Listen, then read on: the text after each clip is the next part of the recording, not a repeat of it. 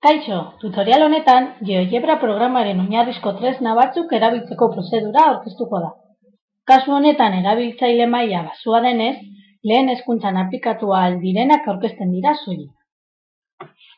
Lehenengotik hasiko gara. Honetan sakatuz, objektua hautatu ala mugitu alda. Momentuz, objekturik egin ez dugunez, uzten dugu aurrerako. Egin dezagun poligono bat.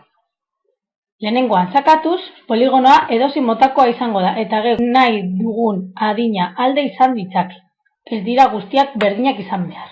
Zeo zer ezabatzeko, hautatu beharko dugu objektua, horretan sakatu eta sub teklan jo behar dugu. Honela objektua ez da ikusiko. Eta puntuak ikusi nahi ez baldin bat ditugu, aukeratzen dugu eta bere bai. Ezabatu egiten. Egin dezagun poligono regular bat. Hasteko lehenengo puntua jarri behar dugu, bigarrena, eta biak daudenean, erpinak eskatzen dizkigu, eta zenbat alde egon behar diren, jarri beharko dugu, adibidez, 6 alde. Eta berak, poligono erregularra egingo digu zuzenean. Beste alde batetik, poligono zurruna egin dezakegu. Honek, esan nahi du, hau eginez gero, ez dela aldatuko bere forma, naiz eta erpinean ikutu. Bere forma horrela esaten jarraituko da. Bazen, puntuak egitera. Puntuak erpinak egiteko balio direz. Baina, edozer gauzetarako balio aldira ere bai. Aurrera jarraitzeko lerro ezberdinak marraztu aldirez. Adibidez, lerroa edo zuzena, amaiera ez daukan zuzena bat da. Beraz, ez du mugarik. Ez aurretik, ez atzekaletik. Zuzenkia egin nahi baldin badugu, lehenengo bi puntuen artean egon behar da.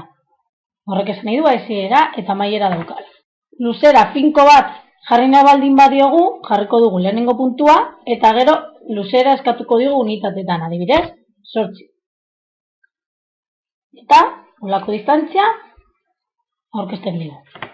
Zirkunferentziak egiteko, adibidez, era ezberdinetara sortu alditzakegu. Zentroa eta bere puntu bat eman da. Den dugu zentroa, adibidez, H puntua, eta geok nahi dugun erradioa eman aldiogu beste puntu bat klikatuz. Beste forma geometriko bat izan daiteke elipsea. Elipsea egiteko bi fokoak sortu behar ditugu eta harren zabalera hautatu dezakegu. Dena ezabatu nahi baldin badugu, dana hautatu dezakegu, eta dena ezabatu, zuzenean, suprimirera emonez.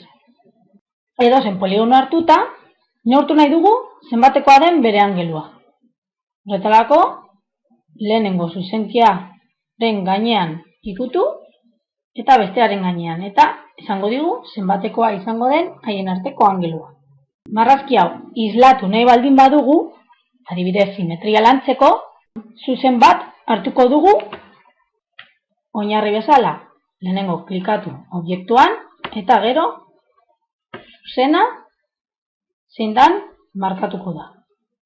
Kasu honetan ardatz izango da eta hemen ikusten den moduan islada zuzenean ateratzen da.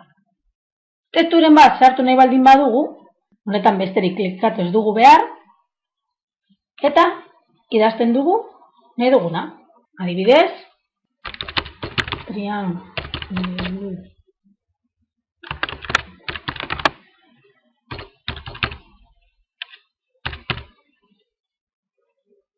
Hemen alboan agertuko da. Ikuspegia mugitu nahi baldin badugu osorik, klik egin hemen, eta dana mugitu ahal izan dugu. Edo zuma erabili nahi izanez gero, eta emon, klikatu berriz,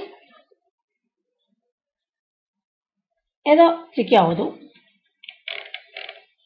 Eta hauek dira GeoGebran erabili daitezkeen oinarrizko tresna bat.